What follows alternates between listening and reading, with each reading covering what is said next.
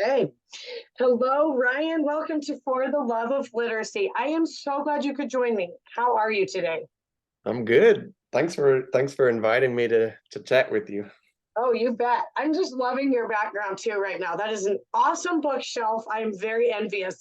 See, this is the only like decent one I have on this side of the house. Then there's over there, but like that's a nice bookshelf, Oh, right? thank you. Those are the board games. Oh my gosh, that's all board games? Yeah. That's awesome. So I did notice that on your website with your bookstore. So we'll talk about that. Do you mind taking a minute to introduce yourself to our audience? Who you are, what you do, all that?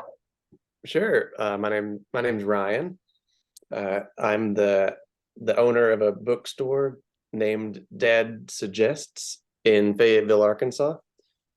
Before that, I was just running this website by the same name, dadsuggest.com, where I write about books and board games, mostly just not exactly reviews, more like recommendations, just our favorite books and games that my kids, who are now they're now 7 and 11, but basically just Okay. talking about our favorite things.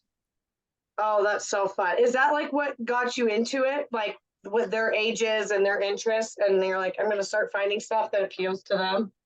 Yeah, basically, exactly. It's been about 5 years with the website, and the reason I started it was basically to talk about the things that at the time it was books I liked to read with my son.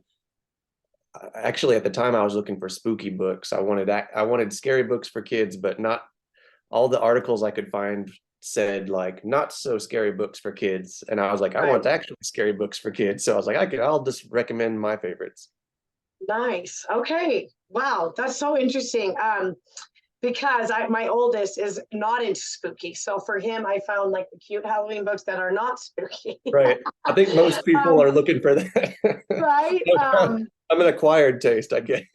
Well, you know what though? What's fun is there's just all types, right? All out there. And I think that like you do have to really do your research so you know what's good and what you can recommend to others.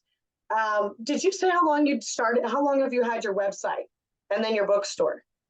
I think the website was 2018. Okay. And then the bookstore has been just a little bit more than a year. It was last October. Oh, congratulations. So right around like Halloween time, you opened up the Perfect. bookstore. Okay. Yep, Okay. got to put out the spooky stuff right away. That's awesome. Oh my gosh, so fun. And have you lived in Arkansas this whole time, like as you've gone through through this process and the curation and such? I feel like I love that as a bookstagrammer and as a starting author, but like it can be really overwhelming too. So like with your website and store, what kind of books do you try to curate? What systems do you use? I'm sure you get tons of offers and solicitations and all the things, but like solicitations, excuse me. But what do you do? Like, yeah, what's your system?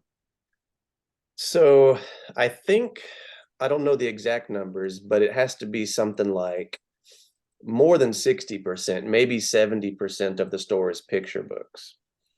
Um, and then the rest 30, maybe as little as a quarter, is graphic novels and chapter books. So we're a children's bookstore, and it's mostly picture books.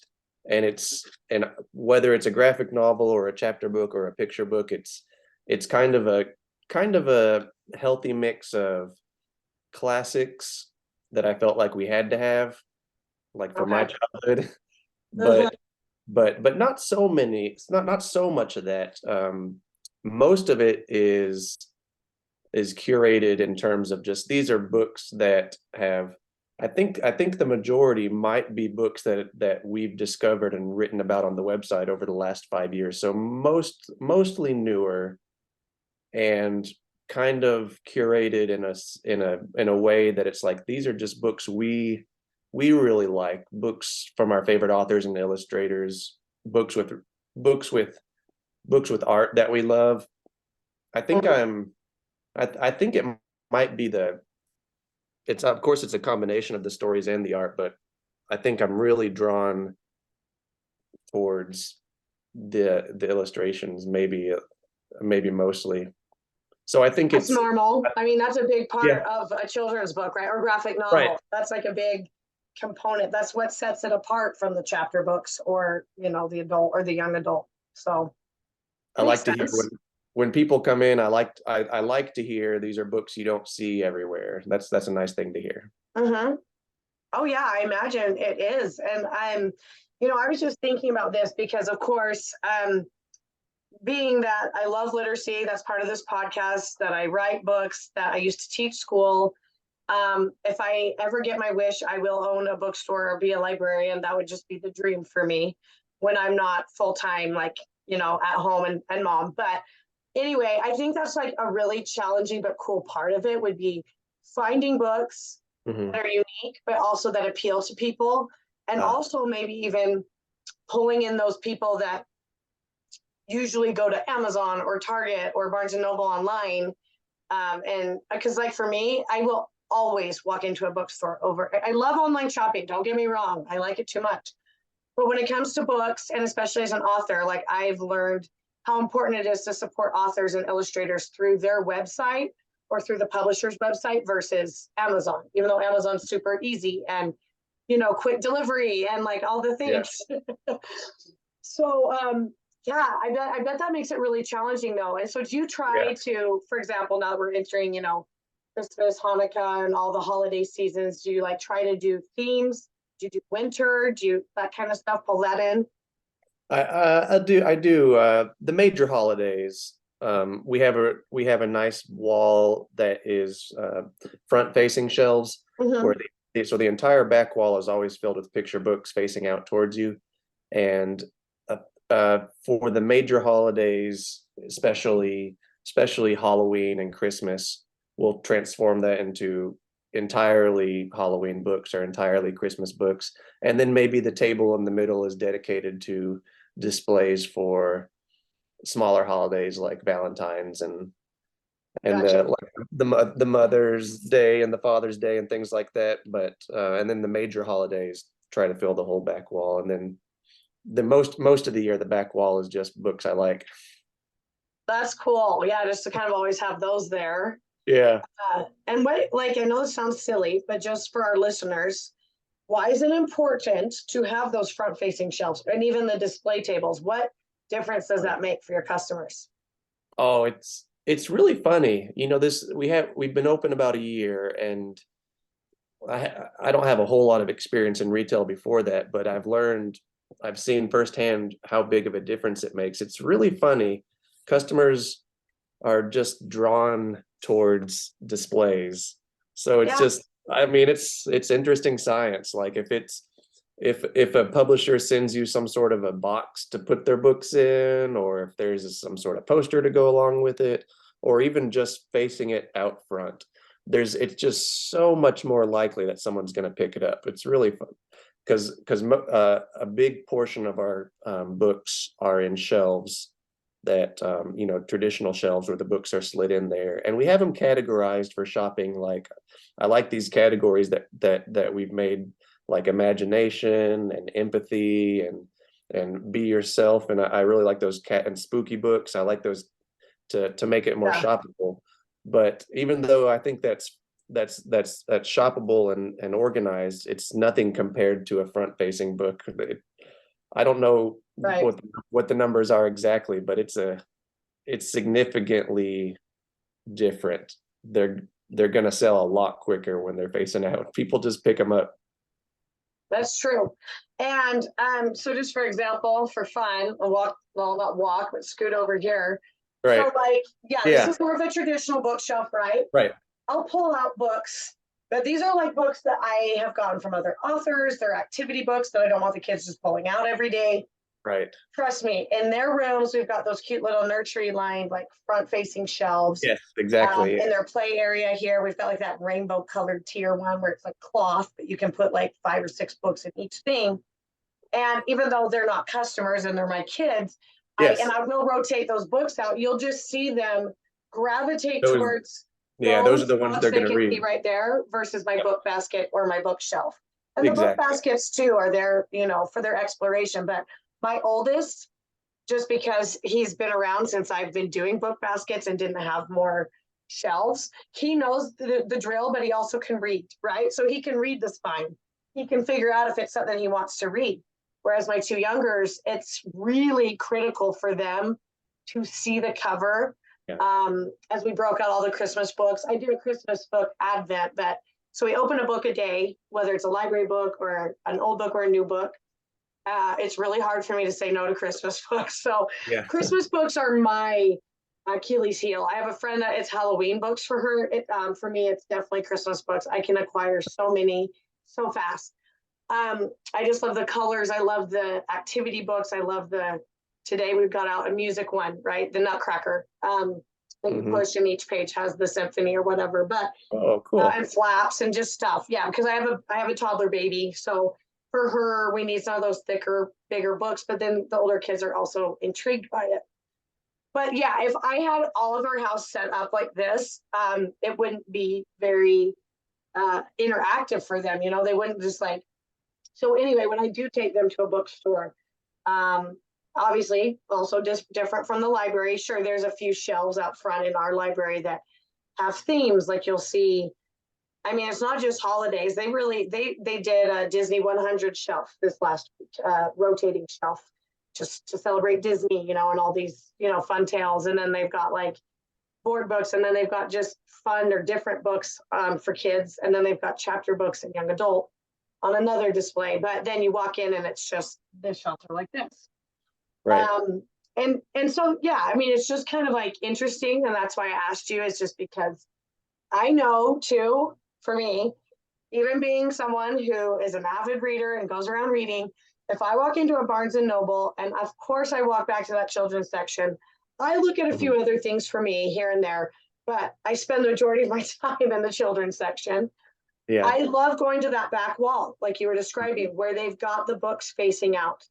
And recently I was visiting family in Alabama. And it's always fun to see like at Barnes and Noble. Sure, it's the same gist, but like just how each local one sets up, and they had that big display wall, and I took a picture, and then I noticed several books by authors or illustrators that I love. Yeah.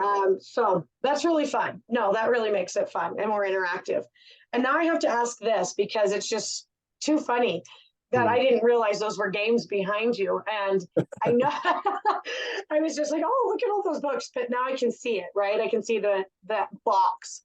That is so cool. I need to organize our games. Right now I have games in the closet. And like the games the kids can play during what we call quiet time or the afternoon, that they can kind of run on their own. Those are on like the bottom shelf, but all like the family games, Battleship, Ticket to Ride, Splendor, even the adult games, those are on those upper shelves. Okay, so tell me a little bit though about this game fetish, and it's super fun. We do a game night with our kids at least once a week. Right now they're actually just playing Christmas bingo with my in-laws right before I started. But I was like, you guys you're getting too rowdy, we gotta cut that out while I do the podcast. So I'm always obviously hunting for games that are good for families. One of my kiddos doesn't take losing very easily, so the more teamwork oriented games, the better, So kind of how did you get into it? I get maybe how you curate games that you put in your store and some of your favorites. And I'm going to warn you, I am going to ask you for a few of your favorite children's books. Just be thinking of it. There's not a limit. No problem. But no pressure. I just wanted to let you know, I always have to ask that for anyone that's involved with children's books.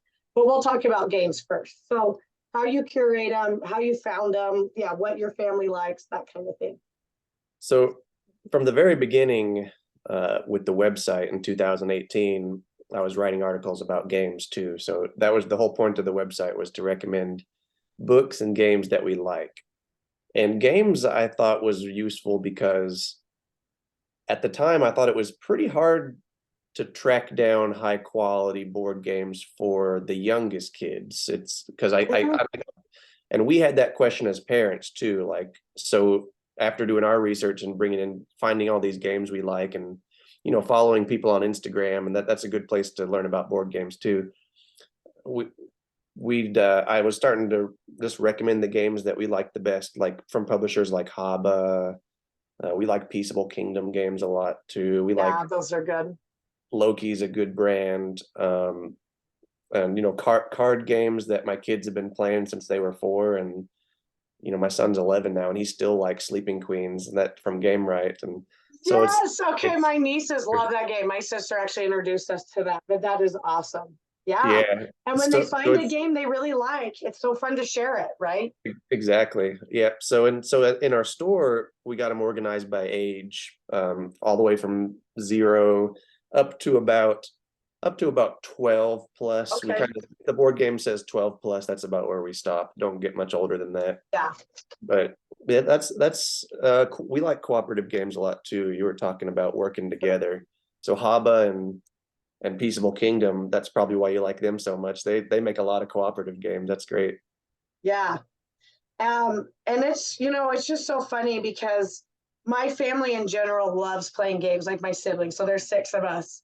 And there isn't a one of us that doesn't love. Like when we get together and we put the kids to bed, then we come down and we play games. We play Grandpa Bex. We all love Oh school. yeah, Cover your assets. yeah. Um, We just brought them in. We have their cool. game now. Yeah. Okay, I bet you'll love it. I think I saw a post about Toils in Trouble, which I haven't played yet, but I've played Mhm. almost all their other games, including the Reign of Dragoness, which Oh, that's was good. recent, and Cover Your Cookies, which was their cover your assets, but with cookies. And I feel like you can't play that game without getting cookies or making cookies. So maybe that was part of the marketing on that one, right? But yeah, I feel like it's just like games are kind of just a fun way to spend time with people. And I am an extrovert, but I also love sitting down with a book. And so, like, if we're not playing a game after we put the kids in, I'll sit downstairs with everyone, talk. Maybe we play a video game or two. That's not really my thing. So I generally have a book because I just don't. Computer and video game type things have never been my forte. My son likes the Nintendo Switch. I'll play with him, but like I also didn't think video games. This is so naive, but so my oldest is a boy. My husband grew up playing video games. I just thought he might be in middle school or high school before that even really became a thing. Not so, not so. But I do like that. Um, we play as a family. He's not like playing by himself or just playing at friends' houses. Like he's playing with his dad or he's playing with me or his sisters. Even though my daughter's like me and she's like, I could care less. I don't even want to I don't want to jump off the bridge. I don't want to run on the train with you. I don't want to flop over, or whatever. So it's kind of funny, but yeah, sorry, I didn't mean to interrupt you, but I got excited when you mentioned those companies and then Sleeping Queens. Were there other ones you were thinking of that you guys were really into or are into now? Some games that games that have stood the test of time. Slam Witches. It's a slapping game that my kids are both crazy about. Sushi Go. Oh, Um, that's a good one. the Haba games that are called my very first games are almost across the board. They're almost all fantastic. First Orchard, Rhino Hero Jr., and Animal Upon Animal Jr. I have not even heard of them, but now I have something to check out. And then That's fun. Outfox is a great game too. A really good deduction game for about that 4, 5, 6-year-old kind of range. Okay. Am I making the rest of my Christmas list while we're talking? What other games am Oh I yeah, gonna on pull our up? on our website, over time, I've built a list that's for every age. The top 10 games for Wow, 2-year-olds, the top 10 games for 3-year-olds, and all the way up to 10 years old. I think. that is awesome. I will make sure well, first of all of you listening are lucky that he's done that. And I will definitely be looking into it because I think it's yeah, it's the age thing that can make it tricky, right? The same kiddo that doesn't really love losing is just a whiz at Legos. So we will build Legos together. I have the Harry Potter castle up here on my desk. I would turn it to show you, but I can't lift my computer. Um, we need to actually add this one, but like so he's kind of more of a puzzling kind of likes that stuff. But he's actually really good at Battleship. So we just Oh, played with my brother when he was here a couple weekends ago. But then we've got my girls, right? And so shorter attention span. They almost all of them, except the toddler, will be fine playing Uno, for example, Ninja Turtle style, because it's yeah, we are into our Ninja Turtle era at this house. My son has a birthday this month. That was what he was for Halloween. It's just yeah, and the movie came out this year. Anyway, but then it's like, and then bingo. Bingo is a popular one. Any version of bingo, really. They love the show Bluey, so there's a bingo's bingo that my sister's like, oh, I got to get that for your kids. But that's kind of where it stops because, and I have, we call it Scaredy Squirrel because that's actually a book, but it's the squirrel. What is that game called? It's got like, everyone's got their log and you're nuts. And the squirrel you spin and the squirrel loses nuts or gains acorns till you fill oh your. yeah. So Is and that that's like kind of sneaky sneaky. snacky? Yeah, exactly. And so that's about where the buck stops. So that's about where everybody's interest level is. And then my son loves Ticket to Ride Junior. Oh yeah. And then Battleship and like those things. But again, we've got a 7-year-old, a 5-year-old, and an almost 2-year-old.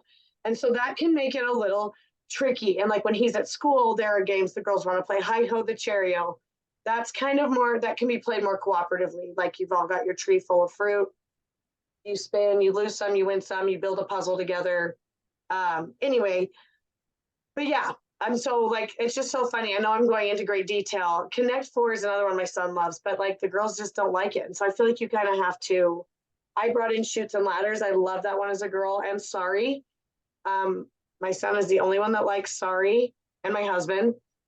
And Chutes and Ladders every once in a while. It's like, if it's been on the shelf for long enough, I can pull it down and no one's gonna like gripe too much because it's not fair when someone scales the ladder and you're going down the slide. But it's just so fun, right? I mean, all my memories associated with games as a kid was just having fun. And I think like that's just for me. I'm not as competitive as some people in my family or friends, but I think it really threw my brother for a loop when I won Risk one year at Christmas because I was never that kid. He was just like, oh, you can't win. And I'm like, well, actually, I kind of spent half the game schmoozing people to get them on my side. So I kind of was more strategic than you thought. Don't be a sore loser, that kind of thing, you know? But I think there's a lot of fun that comes with games, and it's cool that you curate certain ones and that, okay, everybody, again, remember, as you're listening, go look at his website, dadsuggests.com, right? Yep, that's it. Because I want to go see your list per age group. I bet that will just help a ton. You should look up Loki for sure. Okay. Loki, and they Oh, make like Thor's brother. right. Yeah? Exactly. That's spelled the same way? Spelled the same way, yep. And they have several cooperative games that are most of them are a little bit older than Peaceable Kingdom's cooperative games. So I think that the age range of like 5, 7, and you like cooperative games, they make some great ones like Kraken Attack and SOS Dino. I think. Oh, that sounds fun. Okay. Yeah. Oh my gosh, that's so funny that I totally like let myself get sidetracked, but I had to. You've got the games there, you've got it on the website. So I mean it had to be right, the elephant in the room. We had to talk about it. Yeah, I'm scared I'm glad you can't see all of them, or you did I would be shocked. you just got just this glimpse is embarrassing enough. No, not at all. Not embarrassing. No. It's actually funny because I had looked up someone on Facebook Marketplace that was selling games, for cheaper, because I was like, oh, I could get a few through this person. And my son loves tic-tac-toe. We played it on the tablet on our last flight. And I was like, this version of tic-tac-toe, the person was selling like lights up, just a little white screen that you put the X's and the O's on. But I was like, cool. Fun. So anyway, yeah, there's just so many ways so many places you can go with that. And it's even funny. I was thinking about my sister and my grandma. My sister is really remarkably good at skip bow, which I don't know that you could like acquire a skill at being good at that card game. But my grandma is a force to be reckoned with also. So they often challenge each other, and a few others of us join in to, make it a full table as far as doing the card game, but just fun, like I said, like just fun memories. And even I was just laughing because I thought each year they would say different things, like taunting a little bit, and I was like, wow, I never knew my grandma like had a competitive side, but she does on that. So I mean, there's just so many fun things you can do, and I think, I mean, you're probably a little bit the same way. Where and when I can avoid excess screen time, I will. And so, and you know what? The other great thing about games is like they often want me to play with them, so it means I have to sit down Yeah. and relax Yeah. and be with them instead of running around like a chicken with my head cut off, which is That's good. Yeah, the it's good case, for adults especially in too. December. Yeah, Definitely. it's definitely a good reminder, you know, in that case. So, I agree. okay, so I forgot if I already asked this. Please forgive me if I did. That's okay. I'll But answer it again. I did tell you that like it's been a dream of mine to just to work with books, Right. whether it be a Right. book for a librarian. Yeah. So what is it like? Like you said, you've had it for a little over a year now. What's it like? Like how many people work for you or with you? And what do you think, like if you were going to give advice to future me or anyone that wanted to open a bookstore or game store, what would you tell them? Well, good question. I'm the only one that works for me. Okay, Yeah. you're busy. And advice, I would say this, I don't know if this is good advice for making the most money as possible, but I still think my advice would be I like I like carrying books that are easy for me to talk about. So I think that's good advice. Although there are people that come in and say like, "Do you have this book?" And I'm like, "No, I don't have that book. Sorry." I have to say that. I have to say that quite a lot. But the books that we do have, I can wholeheartedly recommend, which is really nice, because I get to I don't ever have to sound salesy or like Mhm. or like I'm trying to sell a book I have no interest in. It's really pleasant. It's a pleasant feeling to know that I stand behind this the books that we carry and I can kind of answer questions about any of them. That's a nice feeling. So I guess my advice, I don't know if that's good advice or not, but to bring in the books you love and not just the books you think will sell well. No, I think that's great advice because future me may not even be interested in doing it for more than like a happy hobby or, you know, yeah, sure, as an income, but more like sharing the joy of a Hmm. product. And so, like you said, like it's going to be hard if you just present every book that people send to you or reach out with, or even what seems popular. I Right. remember getting so frustrated with my fourth graders when I was learning a little bit more about graphic novels, because I say learning because it was new. I did not at first love how much picture content. And I taught fourth grade, so 9 and 10-year-olds, right? I did Your too. son's 11. Yeah. Okay. So I knew that most of them, because of course I was the one doing their reading tests and such. I knew that most of them could at least read at a certain level. And so Hmm. when I would see them checking out Dogman, Captain Underpants, Skinny Diary of a Skinny Wimpy Kid. Sorry, I was like Skinny Kid. No, Diary of a Wimpy Kid. I made my own version. I would get a Hmm. little frustrated, and then, like I said, I did a little research. Yeah. Even with Dogman, my first grader here, he loves it, and even though he can't read every word, there is actually a lot of text to picture and they're getting exposed to a lot of vocabulary, which I hadn't realized. I thought it was mostly bathroom humor. Some of them are dumb jokes, like nothing that was really going to be like firing and wiring neurons, which is one of the neat things about reading and learning to read. So I was always grateful that I got to teach fourth grade because I don't mind teaching my kids to read, but I think it takes a lot of patience for a teacher. And so I was grateful I got them, except for a few exceptions, some kids that needed, you know, interventions. I was grateful I got them on the other side of having learned to read. Now, what do we read? And so I've always loved being that person on Instagram and with my family that recommends books. Like I have a second grade niece that's just like an avid reader, has read the Harry Potter books through, has devoured some of the books that I read with my fourth graders, Mysterious Benedict Society or other things. So I agree with that though. I feel like you need to have a lot of what you love and would be passionate about in order to be successful, in the sense of like, I'm sharing a joy of literacy. Like I wanted my students to really like, okay, that's fine, but we're not going to get Dogman every week at library for the rest of the year. So I'm just letting you know, let your parents know.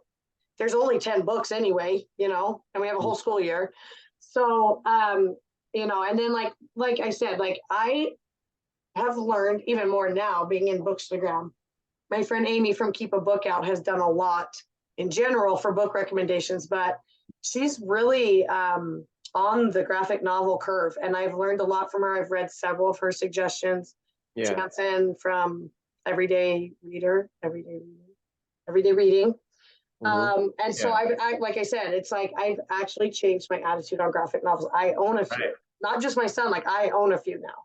All right. So that's kind of funny, right? You've come over to the dark side. I've come to the dark side. No, I mean, even Dragon Hoops, I think is what it's called, was really text dense.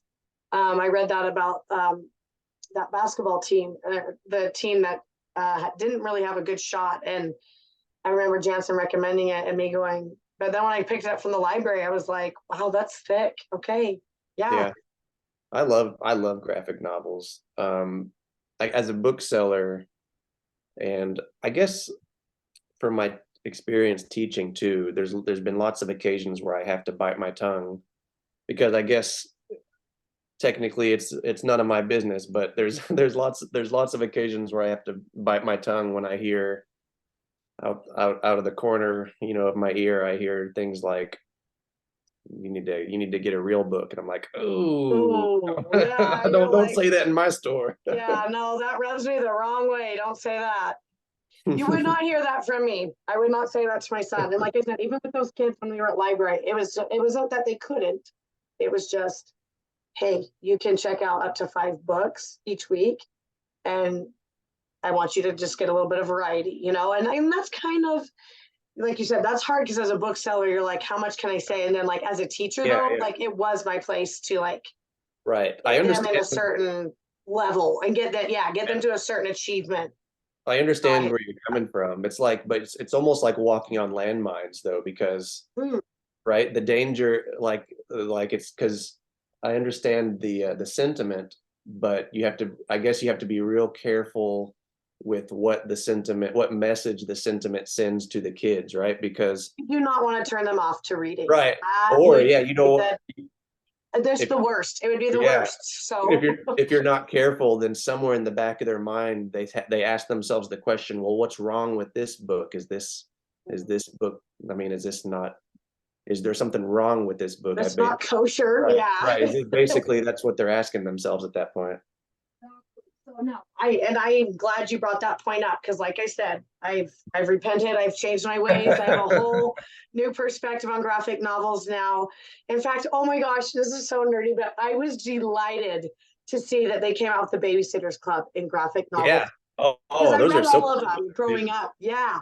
And they have done a phenomenal job. I love it. I've even read some of them with my daughter, who's still like, what is this? You know, I'm little, I don't really know what you're sharing with me. But it just was like so nostalgic / modernized, right? Because it has that edge to it with some of the stories, Dawn and Claudia, and I don't know. I love it. They did a really good job. But lest I keep going on and on and on about books, we will let you have your turn here in a minute. I think the other question I was going to ask you is, like, do you feel like with your bookstore way down the road that you'd like your boys to get involved, or that you want it to kind of be a family thing? Or do you just like where you're at with it and you just want to keep doing it? Your boys are young. So I mean, like kind of way more in the future. Would you want to bring them in if they wanted to? If they want to, it would be great. Actually, we have one boy and one girl. Our Okay. girls, 7, and our boys, the 11-year-old. Okay, so the older one is the boy and the younger Yeah. is the girl. Okay. And I've gotten my son to help. He does, in some ways, they help without even knowing it, because basically, like, most of the graphic novel section are books that he likes. You know what I mean? Oh, very good. So So he's even if like, they yeah, don't, he's even if they already don't know, curating that section for you. Very right? nice. Yeah, yeah. That's fun. And Yeah. I've even gotten, not too many times now, but I've gotten him to write me some blurbs. You know, in bookstores where you stick the paper under books to Yeah. for staff to recommend. I've gotten him to write some for me. Yeah, because I mean, not saying that you're not an avid reader, but that would be kind of exhausting if you had to do all the blurbs. Do you do Right. them all? It's pretty much, and I've gotten Okay. some for my son. And, Wow. Yeah, because that would be a project. Because I feel like it's that's it's why I fun. It's started not my hard. blog, to keep It it just kind of in one place, but that's Yeah, awesome. it just takes. I just swap them out maybe once a week or so, but it's fun. It's real quick to write some blurbs and put them under books I like.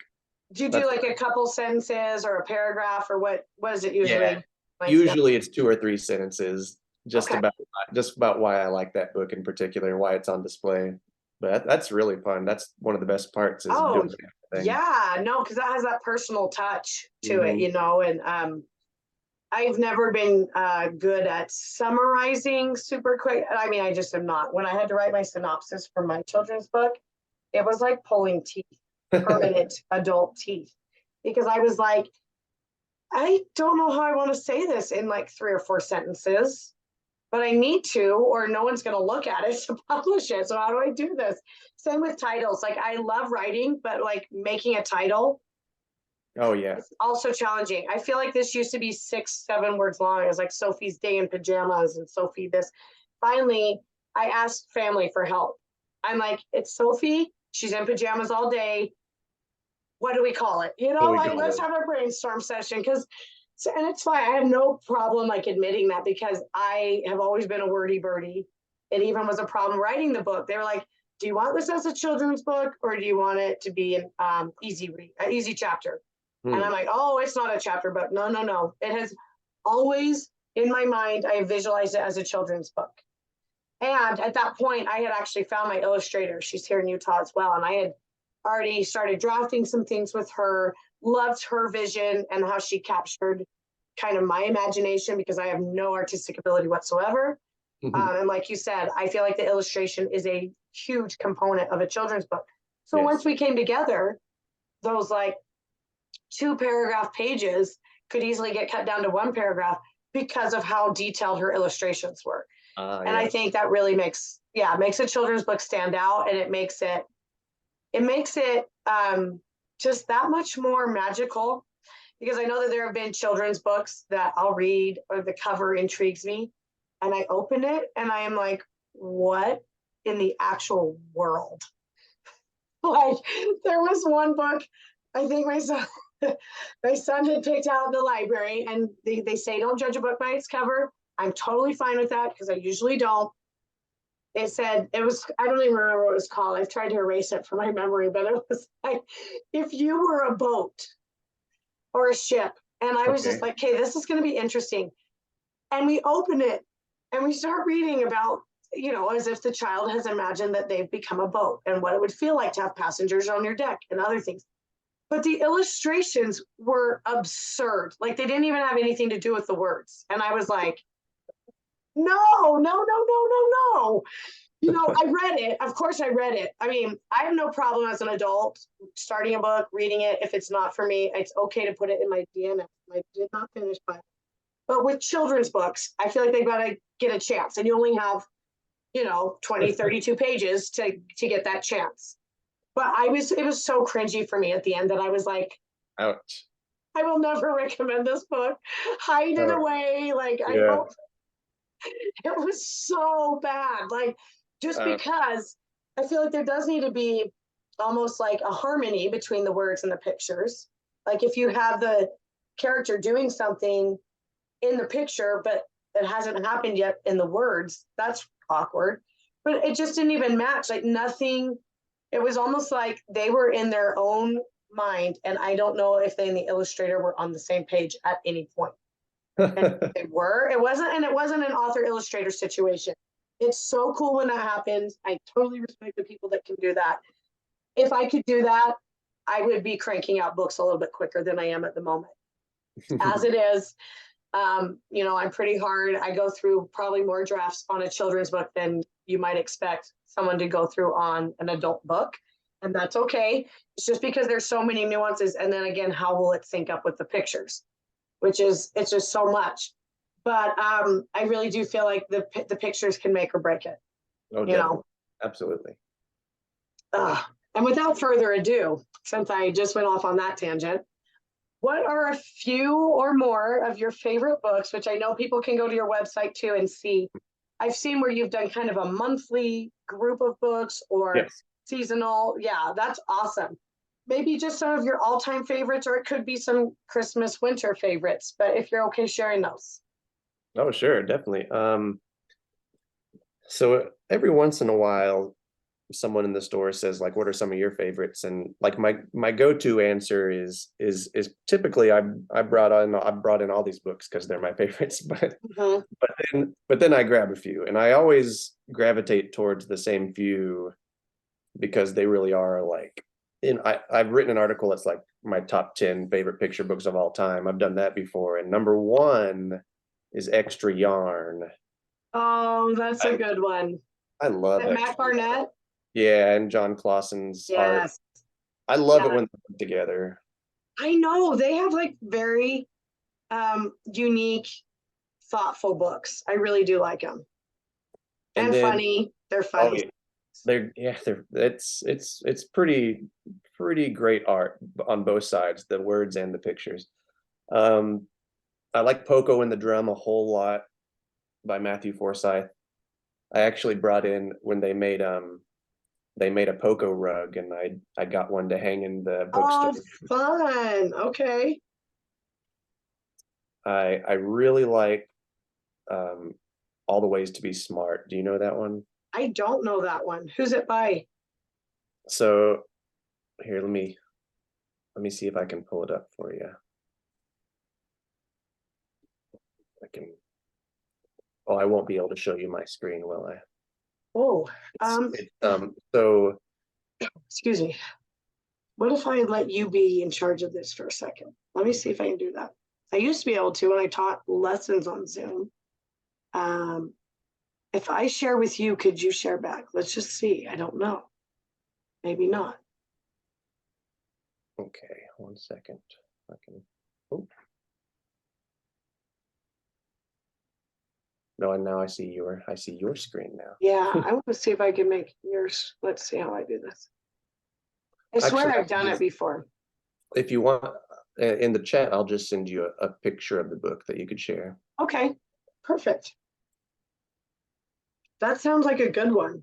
Is it a nonfiction really or is it like a fiction book?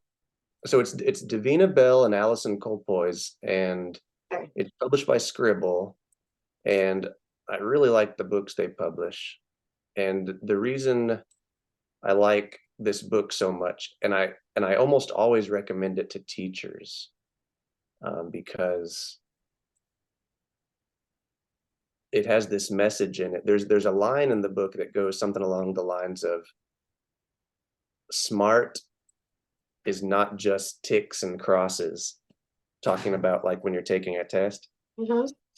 Smart is building boats from boxes. And I love that. I think that line right there is just it's a beautiful line. And I was a teacher too, and the obsession with the end of the year test always really bugged me. Oh yeah. See, like I said, what I was saying a minute ago, I even felt bad ever saying something that made it sound like I didn't want them to find something they were interested in, because that was very important to me. It was more that, you know, we as teachers were asked to assess our kids quite a lot. I mean, even just reading test was 3 times a year. But then like the end of year testing, was just like insane. I remember even as a kid, I did accelerated reader, but oh, perfect. I just got the file from you. Perfect.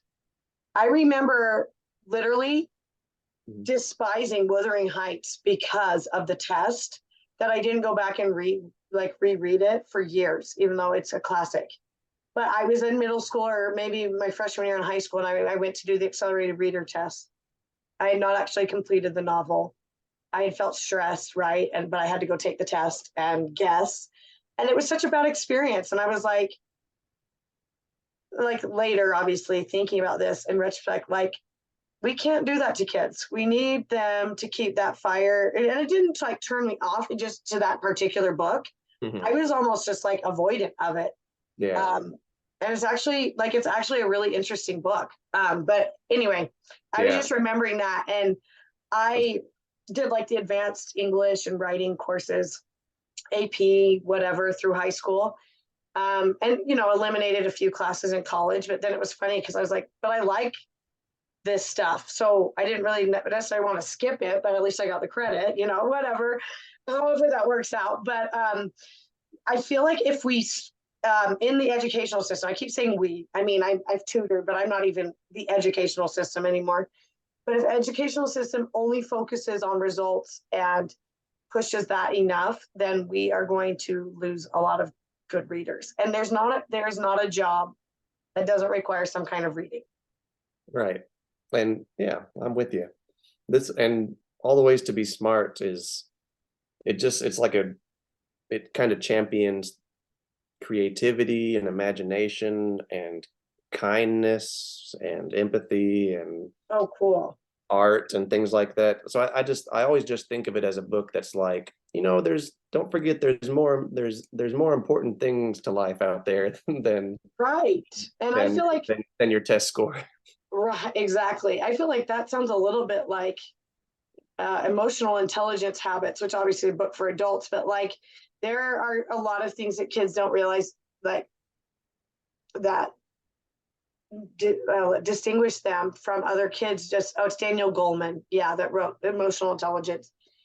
And each year when I taught school, I actually gave the kids a survey that just kind of told me more about their learning preference based on, so it'd be like, do you prefer working on with a group? Do you prefer working on your own? Do you prefer reading? Do you prefer hearing things? Do you prefer reading and hearing at the same time? Are you kinesthetic? Do you need to move when you hear things, when you learn things? And it just gave me a little bit more insight though into the kiddos, because they're like, I had all kinds of different learners and they were all intelligent in their own way, even though I was categorized as the gifted teacher for fourth grade because I had gotten my endorsement through the university.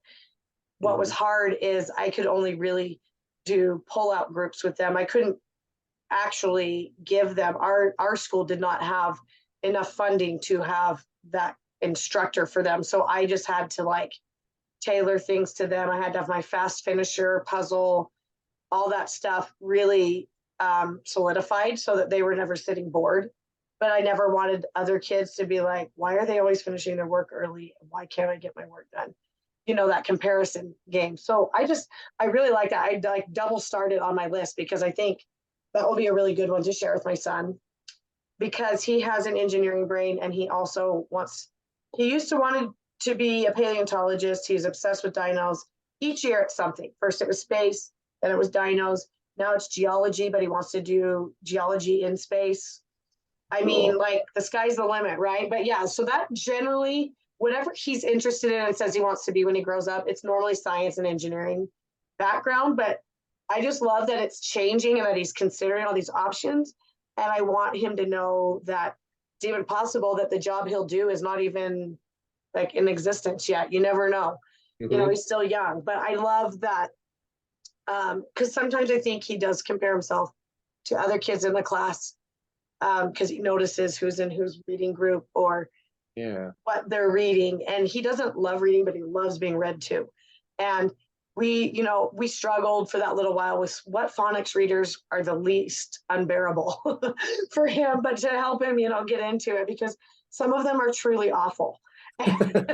They're easy, but they're just painstaking, right? They're just like, even the rhyming isn't good. There should be a much bigger market for that. I agree. There are so many parents that want books on their kids' reading level that aren't boring. It's like there should be a huge market for that. Yeah. Yeah. Even right now, I used to sell books for Usborne, which is now Paper Pie, but they have these phonics readers and they all rhyme, but they are just clever little stories. So my son's favorites are Raccoon on the Moon and Flamingo Plays Bingo. And I just gave him a new one, Snail Gets the Mail. They are a little bit more than just 3 words on a page, but the rhyming, that pattern really helps him. His brain, I remember he was reciting Elephant and Piggy as like a 3 and 4-year-old. He would hear it enough and he would recite the whole thing with the inflection of Gerald versus Piggy's voice. And it was just awesome. I have it on tape. It's the best thing ever. And some kids are just more that way, right? More of a memorization, more of a science, math. But again, like I said, reading is a part of what we do. Everybody needs reading in some place. So sorry that I'm just going on about that, but I love the sound of this book and I must get it. So I will look it up after we get off our conversation here because it sounds like the perfect book for him. I think you'll like it a lot. Can't wait to hear what you think. Okay, I will let you know. Okay, you can return to, sorry, so we did Extra Yarn, Pogo Drum, and All the Ways to Be Smart. Oh yeah. So a couple of classics I like a lot. Where the Wild Things Are, Frances books. I like Bedtime for Frances the most. Yeah, we read that one at bedtime a lot here also. You do? And the It always Friends one. scared me. It always scared me when I was little. Well, and I've asked my kids, like, okay, yeah, let me know because yeah, the shadows and Yep. that are real, yes. I love it. I do love the Frances books. In fact, someone was selling them and they're just like the hardcover version at a yard sale. And I bought like 5 of them a year ago because I was like, I love these. These were so fun when I was Great. And I think Frances and the New Baby was another funny one. She went to like go away, but she was under the table having like jam on her toast and ran away. But oh my gosh, just so relatable, but hilarious. Was it Baby Sister for Frances, I think? Yeah, I think you're right. She has a great line where she says, I think she's not getting as much attention as before. And she says something like, things aren't so great around here anymore. Yeah. And so many kids can relate to that. Oh my gosh, so cute. Frances is so cute. Is she a skunk or like a badger? I can't remember. Badger. Badger. Because of the white stripe that goes all the way down, right? Like not a honey badger, just a badger. Yeah, that makes sense. Okay. See, there's the illustrations again, like me trying to visualize it, and I don't think I have one in here because, like I said, they're kind of on demand. There's a few in my daughter's room and a few in my son's room. So, okay. Oh my gosh, so fun. And Where the Wild Things Are, yes. Oh my gosh, I used to read that one to my son all the time. That was another one he could recite. It's really good. I mean, well, there was just that line, like, he'd be at the playground or something, and I would go over and kiss him or say, tickle him, the mommy monster, like, I'll eat you up. And he'd say, I love you so. And just, when there's catchy lines like that, it deserves all the glory it gets. I mean, it's really well made. The movie was a little weird. I don't know if you watched the movie. I was like, and I watched it with a friend who's a film critic, and he was just like, I don't know. He was like, some cool angles, but then I was like, well, this doesn't change the children's book for me. So that's fine. It had a really good preview because it had that really cool Arcade Fire song. Oh, that's right. It's been a while since I saw it, but because it came out, I think it came out in like 2010 or 11 or something like that. That sounds right. Maybe that's when I saw it. Yeah. Okay. Oh my gosh. Yeah. I really like the Fan Brothers a lot. They do have some good ones. Ocean Meets Sky is pretty beautiful. That's a beautiful book. The Barnabas Project. I like their work a lot. Let's see. I started crafting I'm thinking about writing an article about my favorite illustrators. So ooh, that'll be good. I actually have a list here that I'll give you a preview. Okay. if a book is illustrated by these people, then I'm probably gonna buy it without even asking You're any a questions. fan. Yeah. So names I haven't mentioned yet: Christian Robinson, Oh yeah, I love Ben, his. Ben Hatke, Beatrice Alemania, there, Oyvind Torseter, Flavia Drago, Oliver Mhm. Jeffers, anything by Philip and Aaron Stead, Oge Mora, Esme Shapiro, Luke Flowers, Nahid Kazemi, Rhodey Montijo, Grizz Grimley, Laniers, Julia Sarda, Sean Tan. Those are names that if they are illustrating something, I won't even ask any questions. That's fun. Yeah, because Flavia's got those fun Halloween books. Oh yeah, we have very Yes. similar. Yeah, me and Flavia have very similar taste. It's like yeah, Yeah. anything she does, I'm gonna love it. And a few of those I've heard of or I've seen, but I'm the same way. Like there are certain, well, even as an author, like I've still kind of done the indie publishing, just that kind of suits me at this point. I maybe at some point want to get, an agent and go for more traditional publishing, but my speed, my pace has been a little bit more indie and get it edited, through Readsy or other companies. But there are certain authors that I'm like, I love how you depict children, or I love how you depict animals. Like you're on my list for contact for these upcoming books, right? Like April Stott, who's done the Grandpa Beck's games. I love her. Share a little kindness, bring a little light. There's like a series with the bear and the girl.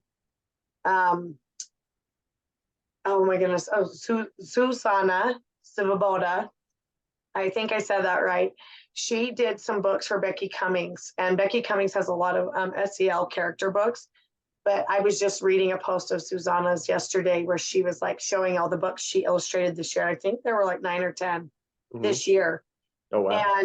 And she does kids and animals, but I think I really like her kids. They're just like this cute, cartoony, warm, colors. Like, I don't know. Yeah. So, like you're saying, there are certain, and I like Christian Robinson a lot.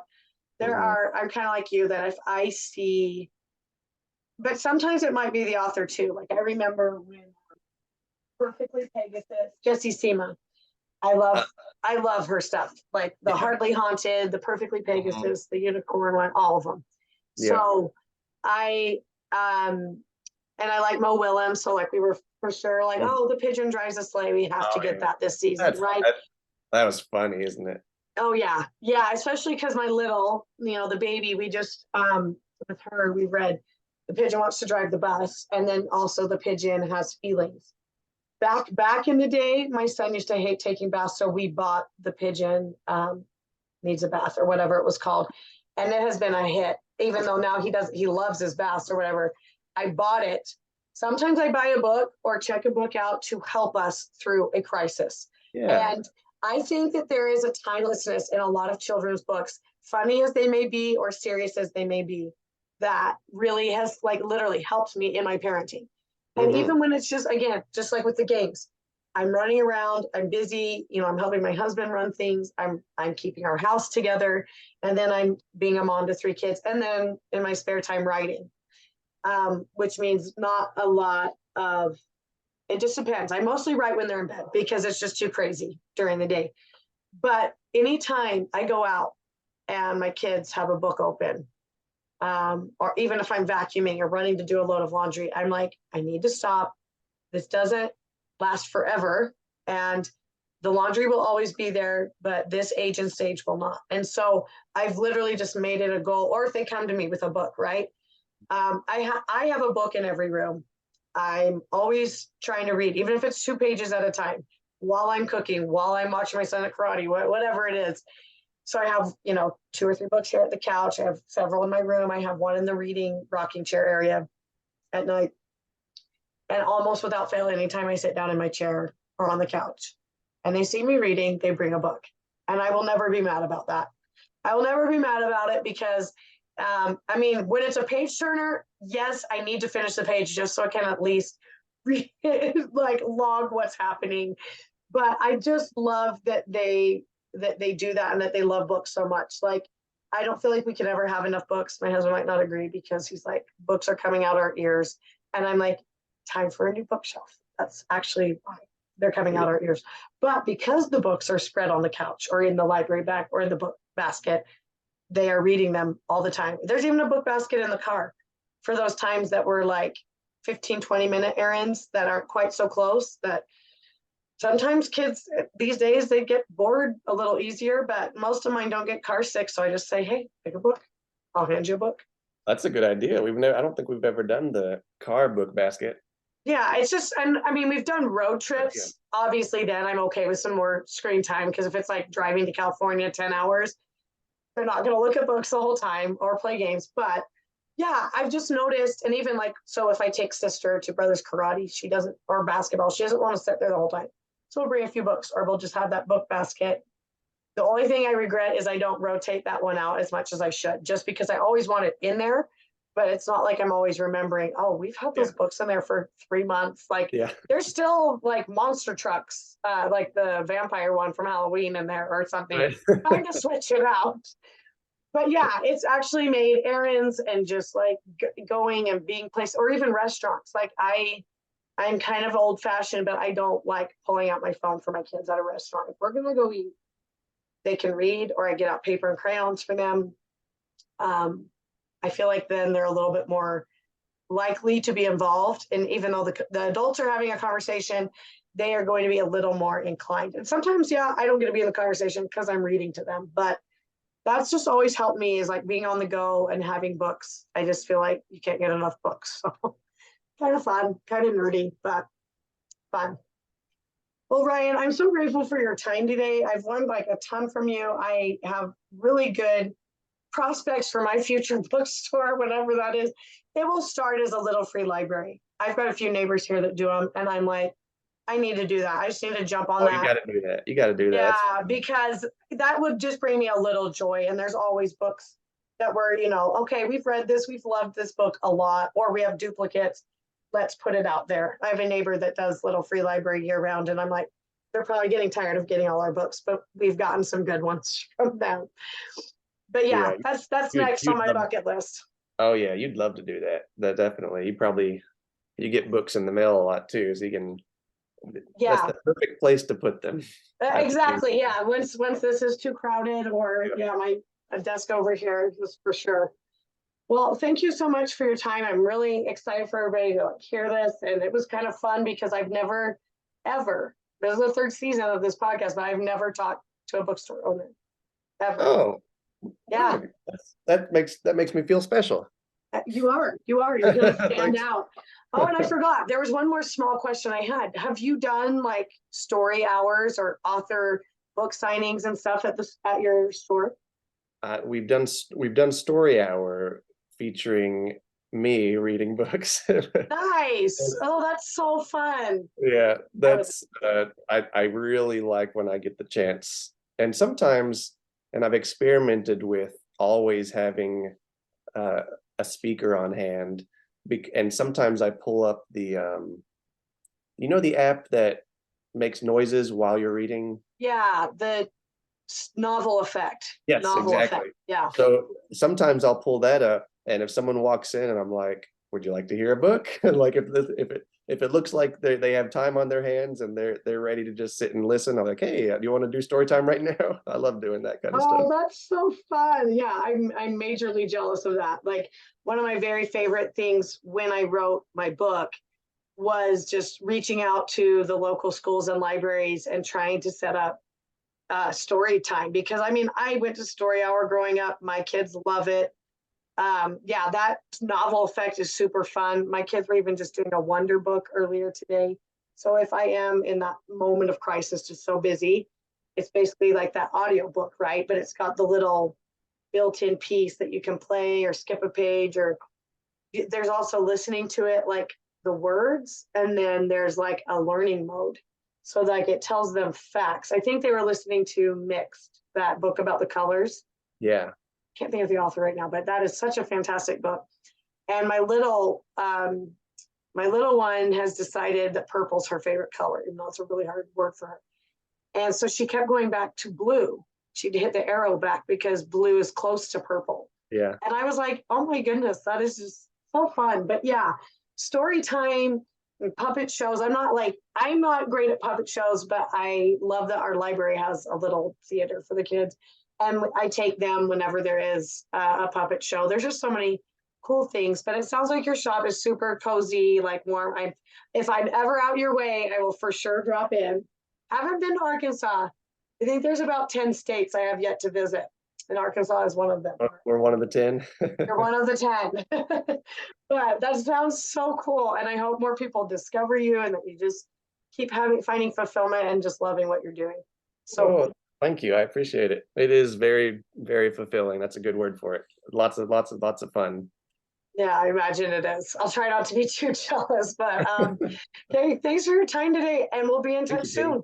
Yeah, Thanks, have Katie. fun on your trip. See you later. Bye. Bye.